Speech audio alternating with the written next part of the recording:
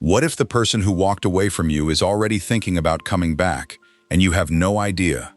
Sit with that question for a second.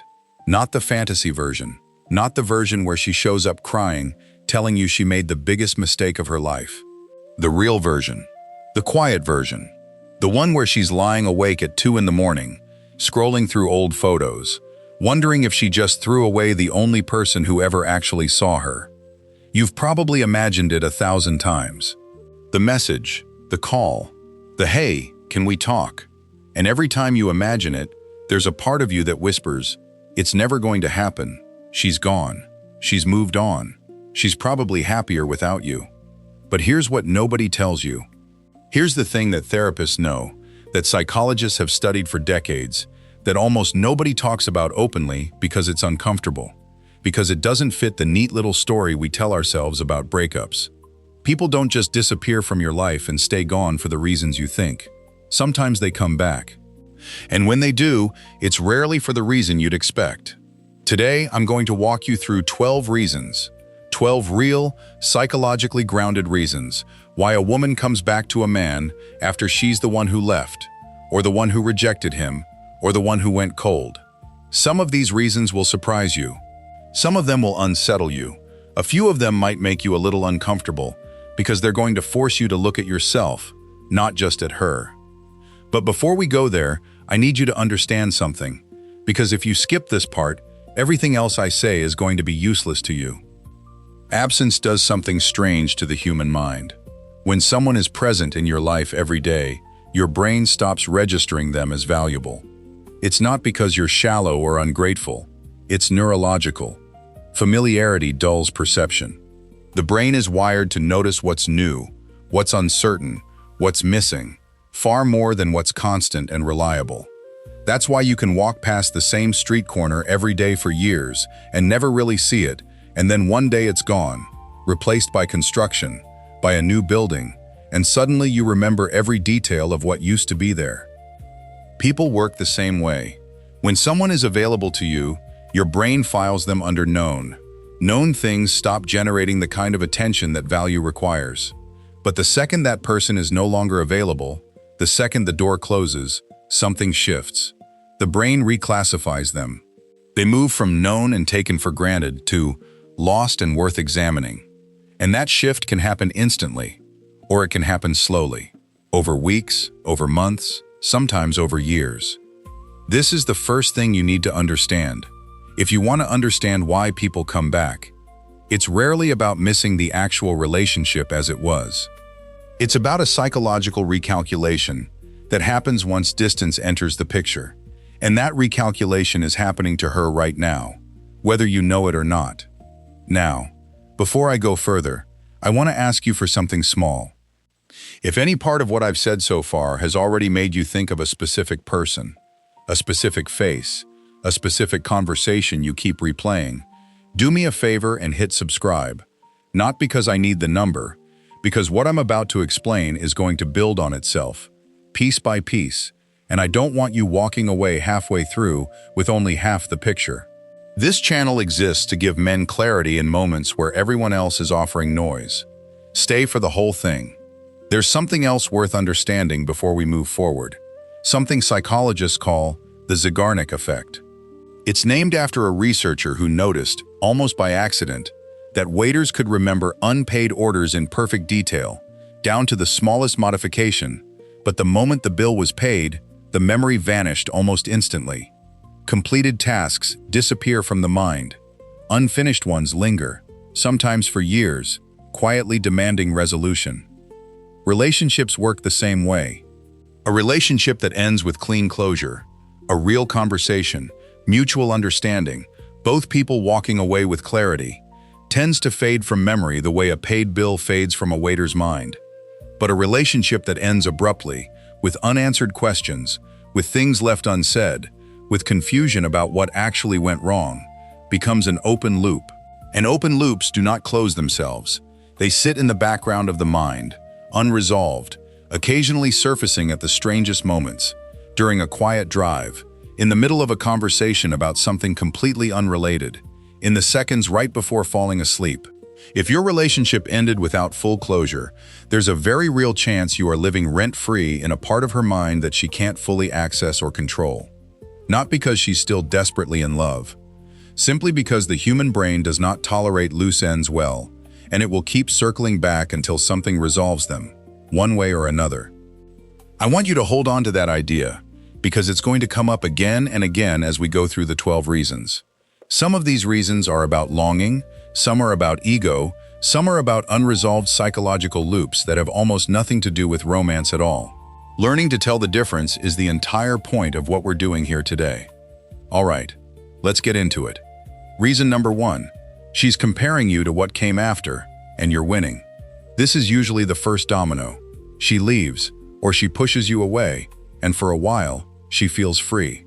Maybe even relieved. She tells herself the grass is going to be greener. She starts talking to new people.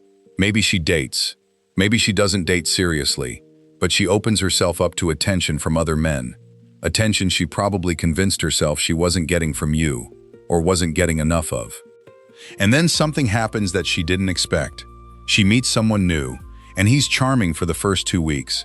And then the charm runs out, and what's left underneath is nothing. No depth, no follow-through. No real interest in who she actually is beneath the surface. Or maybe he's exciting, but exhausting. The kind of exciting that keeps her guessing in a way that feels less like romance and more like anxiety.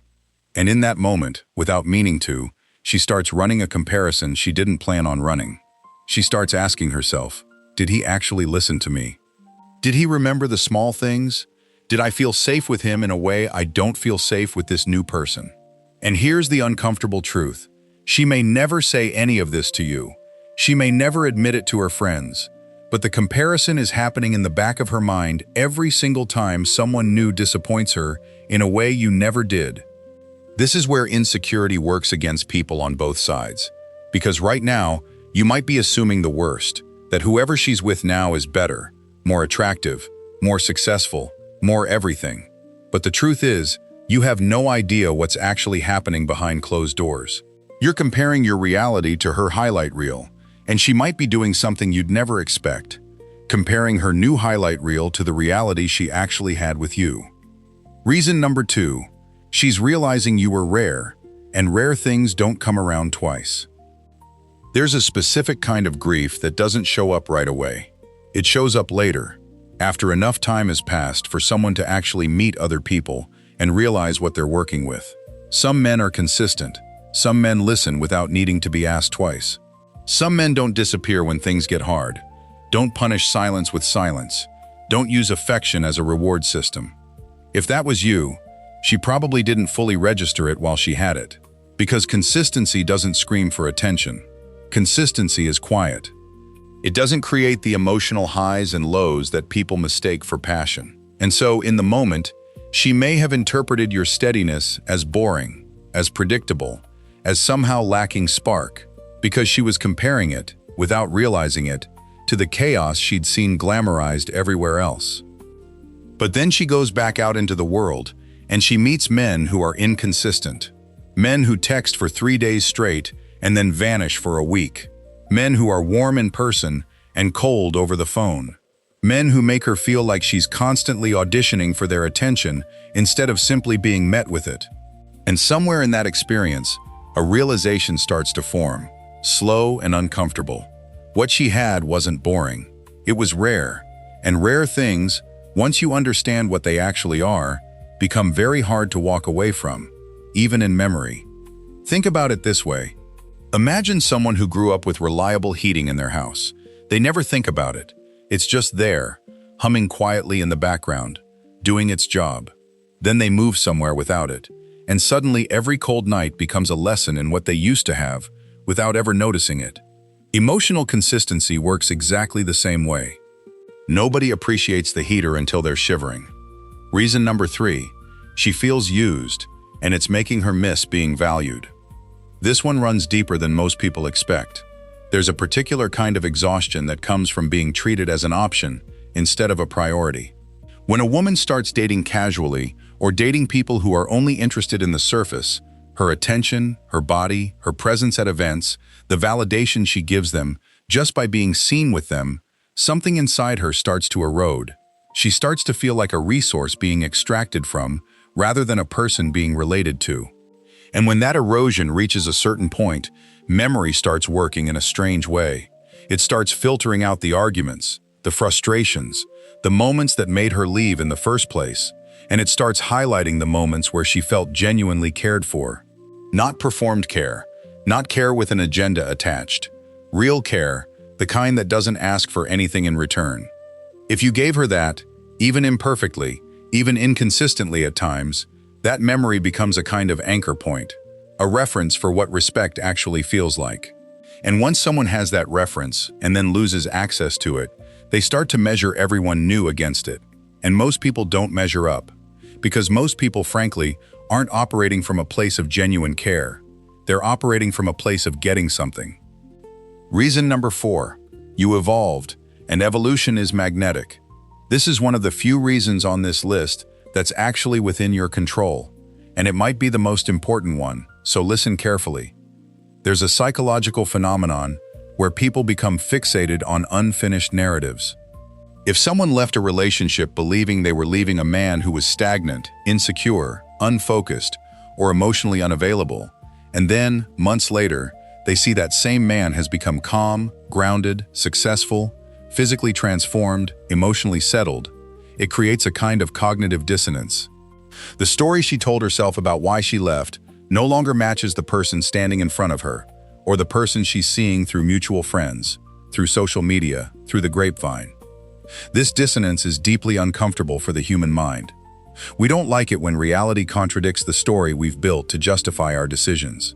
And so, one of two things tends to happen. Either she rationalizes it away, tells herself it's temporary, or it's for someone else, or it doesn't change anything.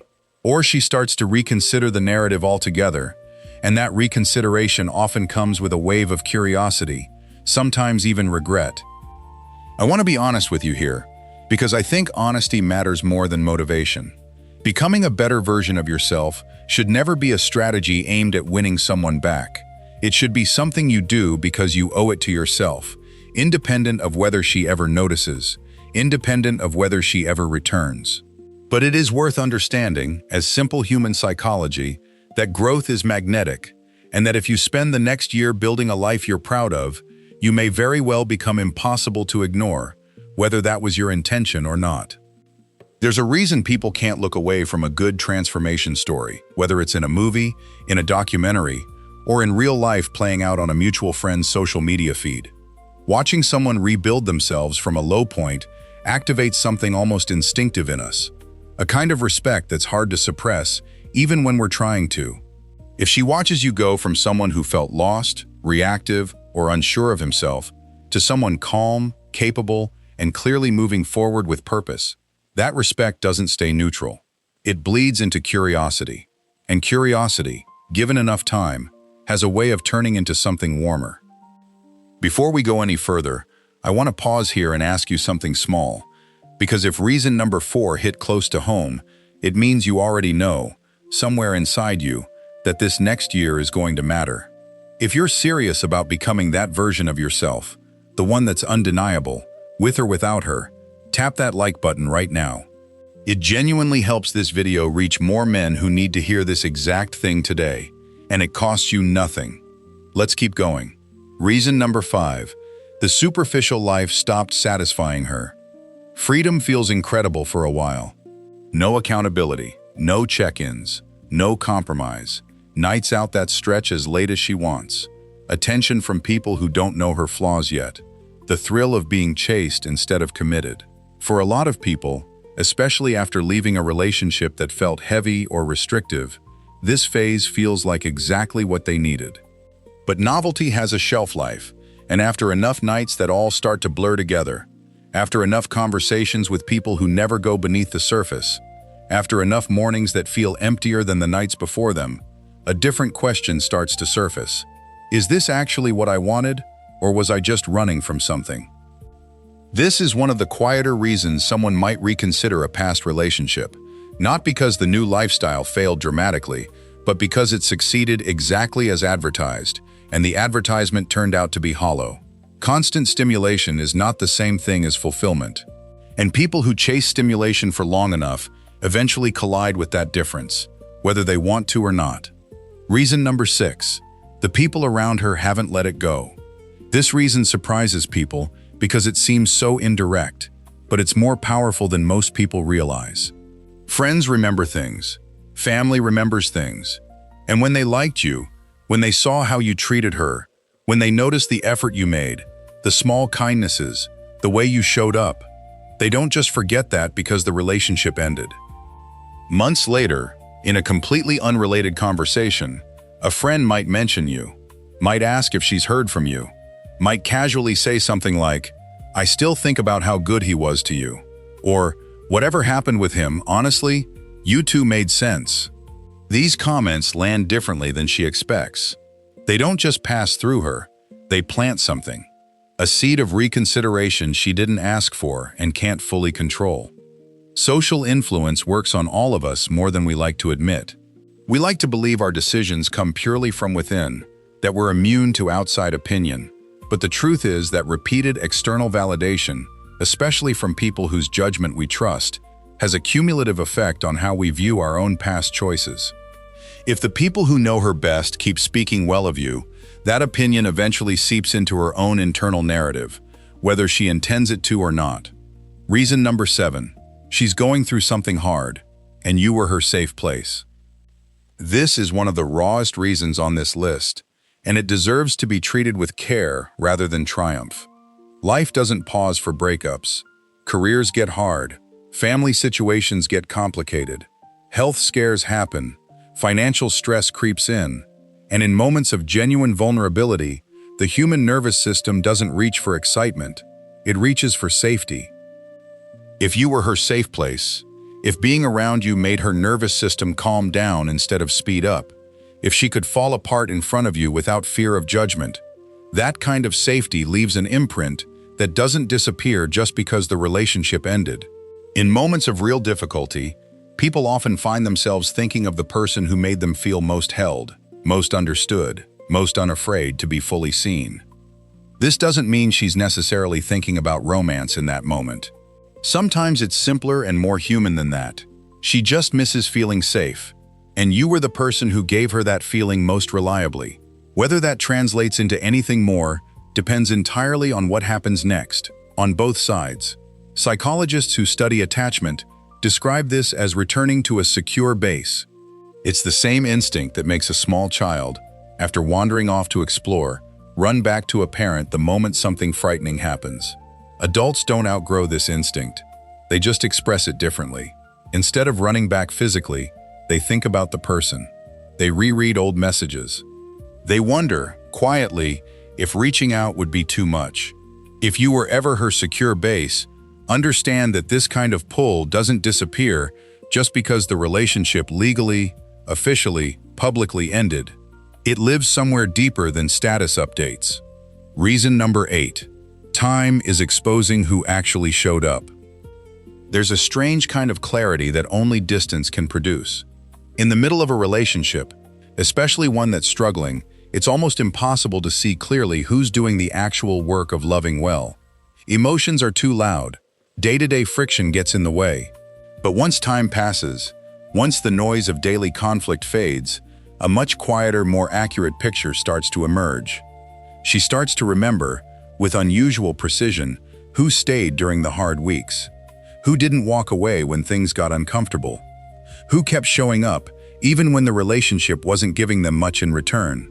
This kind of retrospective clarity is one of the most powerful psychological forces behind someone reconsidering a past relationship, because it isn't clouded by the emotional reactivity of the moment. It's clean, and it's honest, and it tends to arrive months after everyone else has already moved on to a new chapter. Reason number 9, she's watching the life you're building, and she wants back in. This one connects closely to reason number 4, but it deserves its own space, because it's not just about who you've become, it's about what you've built. A new career trajectory, a stronger sense of purpose, new friendships, a calmer daily rhythm. People notice these things, even from a distance, even through the filtered lens of social media or secondhand updates from mutual friends. And when someone watches a person they once shared a life with build something genuinely impressive, a quiet, uncomfortable thought can creep in. That could have been mine too. That life, that version of him, I could have been standing next to that. This reason is powerful precisely because it isn't really about you directly. It's about the life surrounding you, the life she can imagine herself inside of, watching from the outside. And the ache of being on the outside of something you used to be part of is one of the more specific, more painful forms of longing that exists. Reason number 10. She needs to know she still matters to you. This is where things get uncomfortable, because this reason has less to do with love and more to do with ego. Not necessarily in a cruel way, most people aren't consciously manipulative, but psychologically, humans have a deep need to feel that their impact on others hasn't simply evaporated. Nobody wants to believe they were forgettable. So sometimes, a message arrives. A "Hey, how are you?" A like on an old photo. A comment that seems to come from nowhere. Not because she wants the relationship back, but because some part of her needs confirmation that she still means something to you. That her presence in your life left a mark. That you haven't simply erased her the way she may have feared. This is exactly why you have to be careful about interpreting contact as commitment. A message is not a declaration. Attention is not accountability. Curiosity is not readiness. If you take every small gesture as proof that she wants you back, you'll set yourself up for a cycle of hope and disappointment that will hollow you out over time. Reason number 11. She can't accept that you moved on without her. This one is uncomfortable to say out loud, but it's real, and it deserves to be named honestly. Some people struggle deeply with the idea of being replaced, not because they still want the relationship necessarily, but because their identity was partially built around being the one who mattered most to you. When they see you happy, thriving, possibly with someone new, it can trigger something closer to wounded pride than genuine longing. This is where ego and love blur together in ways that are hard to untangle, even for the person experiencing it.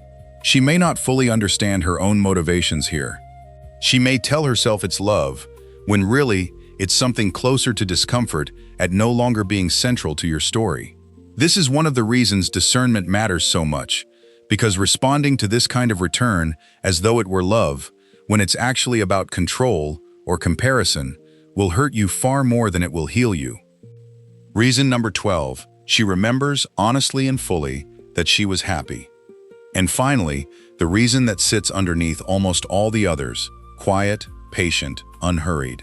Sometimes, after enough time has passed for anger to fade and defensiveness to soften, a person simply remembers the truth, that they were happy. Not perfectly, not without conflict, but genuinely meaningfully happy in a way that's hard to manufacture and even harder to forget. Nostalgia is a strange and powerful force. It filters memory, softening the edges of what was difficult and sharpening the edges of what was good. And when someone allows themselves to sit with honest memory, not the angry, protective memory they used to justify leaving, but the full, complicated human memory of what the relationship actually contained, they sometimes arrive at a simple, quiet conclusion. I was happy with him. And that conclusion, once it settles, doesn't easily disappear.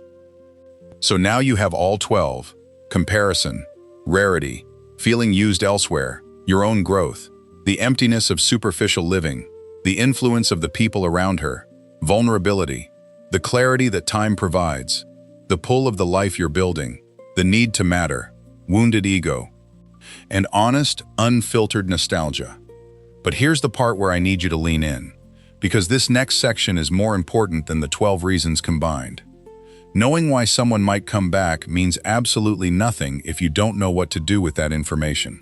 And the single biggest mistake men make after understanding these psychological patterns is turning them into a strategy, trying to manufacture growth as a performance, trying to engineer nostalgia through calculated messages, trying to make themselves look better online, specifically to provoke a reaction.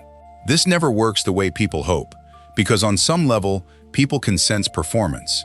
They can feel the difference between a man who's genuinely rebuilding his life and a man who's building a trap. So here's what I actually want you to take from this. First, Stop waiting. Every single day you spend orbiting the possibility of her return is a day you're not spending building the life you actually deserve, whether she's in it or not. Waiting is not neutral. It has a cost. It steals your present in exchange for a future that isn't guaranteed and was never yours to control in the first place. Second, if she does come back, do not assume the reason automatically. Watch. Actually watch. Don't just listen to what she says. Does she acknowledge what went wrong before? Does she take any responsibility? Or is she only focused on how things ended for her? Does she talk about the future in specific terms, or only in vague, emotional language? Is she consistent over days and weeks, or does the intensity fade the moment she feels secure again? Behavior over time tells you more than any single conversation ever could. Third, separate the version of her that's speaking from nostalgia from the version of her that's actually ready to build something real with you now, as you are today, not as you were when the relationship ended. These are not always the same person, even though they're standing in the same body, using the same voice. And fourth, maybe the most important, do not let any of this become the center of your identity. Not the waiting, not the hoping, not even the growth, if that growth is secretly still oriented around her.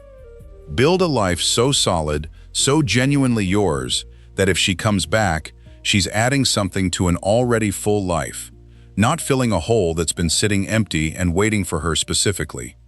I know some of what I said today might have been uncomfortable. Maybe you recognized her in reason 10 or reason 11, and it stung a little to consider that her interest might not be about love at all. Maybe you recognized yourself in the waiting, in the checking her social media at midnight, in the imagining conversations that haven't happened yet and might never happen. That discomfort is not a bad sign, it's actually a good one. It means something in you is finally ready to stop living in a hypothetical and start living in the actual, present, tangible life that's sitting right in front of you. Before I close this out, I want to ask one more thing of you, and this one matters more than the others. If this video gave you even a small piece of clarity, if it helped you see your situation a little more honestly than you did 20 minutes ago, turn on notifications for this channel. I go deep into these topics regularly. Attachment, self-worth, how men rebuild after being rejected, how to actually let go instead of just pretending to. None of it is designed to make you feel good for 5 minutes and then forget it. It's designed to actually change how you move through this. So here's where I'll leave you. Someone can come back into your life for a dozen different reasons, and only a few of those reasons have anything to do with real, mature, ready for something lasting love. Your job was never to force a return. Your job is to become someone so complete, so grounded, so genuinely at peace with himself that whatever she decides, whether she comes back or she doesn't, you're not left standing there empty either way. That's not a consolation prize. That's the actual goal. Because in the end, the real victory was never her coming back. The real victory is becoming a man who no longer needs her to. If you made it to the end of this video, comment "I'm here" and I will reply to you personally. If it resonated with you, subscribe to join the community and hit the like button if you enjoyed it.